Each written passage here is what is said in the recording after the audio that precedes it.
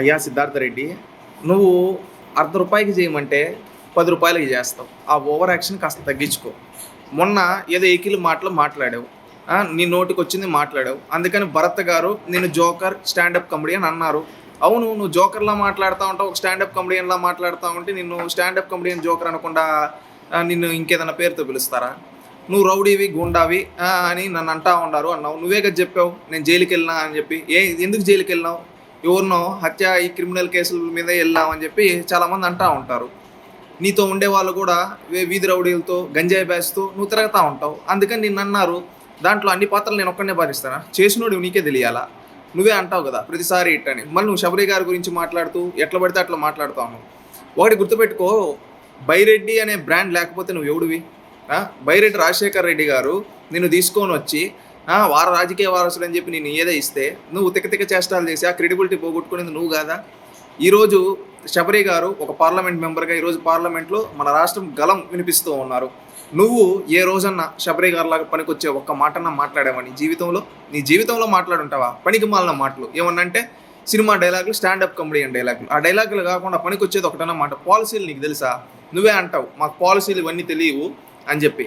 అలాంటి తెలియని నిన్ను కమెడియన్ అనే కదా అంటారు సిద్ధార్థ రెడ్డి. ఒకటి, వయసుకు తగ్గట్టు మాట్లాడాలంటారు పెద్దలు. నీకు వయసుకు తగ్గట్టు కాదు, ఎచ్చులు మాట్లాడతావు. ఆ ఎచ్చులు కూడా తగ్గించుకోమని చెప్పి ఆంధ్రప్రదేశ్ రాష్ట్ర ప్రజలు చెప్తున్నారు సిద్ధార్థ రెడ్డి. ఒకటి, నీలాంటి క్రిమినల్స్, నీలాంటి రౌడీలు ఈ రాష్ట్రానికి వద్దు అని రాష్ట్ర ప్రజలు అంటూ ఉన్నారు. ఎందుకంటే నువ్వేదో అంటున్నావు జగన్మోహన్ రెడ్డి ఇది అది అని చెప్పి చాలా మాట్లాడుతూ ఉన్నావు. ఒకటి, జగన్మోహన్ రెడ్డి నిన్ను యూజ్ అండ్ త్రోగా వాడుకుంటా ఉన్నాడు. అది గుర్తించటంలే నువ్వు. స్టేట్ ప్రెసిడెంట్గా ఉన్న నిన్ను తీసిపారు నొక్కి వర్కింగ్ ప్రెసిడెంట్గా వేశాడు. అక్కడే నిన్ను ప్రమోషన్గా డిమోట్ చేశాడు. ఒకటి, అది గుర్తుపెట్టుకో. జగన్మోహన్ రెడ్డి నిన్ను పీకి పారేశాడు. నువ్వు నేను ఎమ్మెల్యే స్థాయి, ఎంపీ స్థాయి నువ్వు వెచ్చులు మాట్లాడుతున్నావు. నువ్వు ఇప్పుడు వరకు నీకు 2 సార్లు ఎన్నికలు జరిగితే నీకు ఆపర్చునిటీ ఏమన్నా ఇవ్వాలా? ఎందుకు ఇవ్వాలా? నిన్ను ఎలా వాడుకోవాలో అలా వాడుకొని వదిలేస్తా ఉన్నాడు. అది గుర్తుపెట్టుకో. నువ్వు ఒక పార్లమెంట్ ఎంపీని, ఒక మంత్రిని మాట్లాడుతూ ఉన్నావు. అక్కడ నీ స్థాయి ఏంటో ఒకసారి గుర్తించుకో. నువ్వు ఈరోజు జగన్మోహన్ రెడ్డి మెప్పు కోసం దిగజారి మాట్లాడుతున్నావు. ఆ దిగజారుడు మాటలు తగ్గించుకో, మంచిది. ఎందుకంటే నువ్వు కరెక్ట్గా 10 నిమిషాలు ఏదన్నా ఒక పాలసీ గురించి మాట్లాడగలుగుతావా? మాట్లాడలేవు.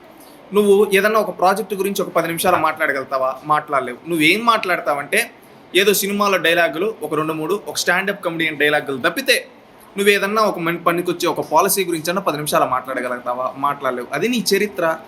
నువ్వు కూడా మాట్లాడి నీ చుట్టూ ఒక 10 మంది వ్యక్తులను పెట్టుకొని ఒక 2 ఎదుటి వ్యక్తిని కించపరిచి మాట్లాడేస్తే నువ్వేదో పెద్ద అనుకుంటున్నావు. అక్కడ నిన్ను చిల్లర వెదవా అని ఆంధ్రప్రదేశ్ రాష్ట్ర ప్రజలు అంటున్నారు. నేను అంటాను, గుర్తుపెట్టుకో.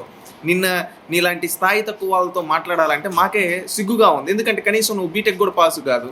నీకేమన్నా బుర్రలో గుజ్జున్నా ఉందంటే ఆ గుజ్జు లేదు. ఏంటంటే ఎకిలి మాటలు. అలాంటి ఎకిలి మాటలు మాట్లాడద్దని సవినీయంగా తెలియజేస్తూ ఇకనైనా పద్ధతి మార్చుకోకపోతే రాష్ట్ర ప్రజలు, కర్నూలు ప్రజలు తరిమి కొడతారు Siddhartha. Please subscribe to Leo news for more videos.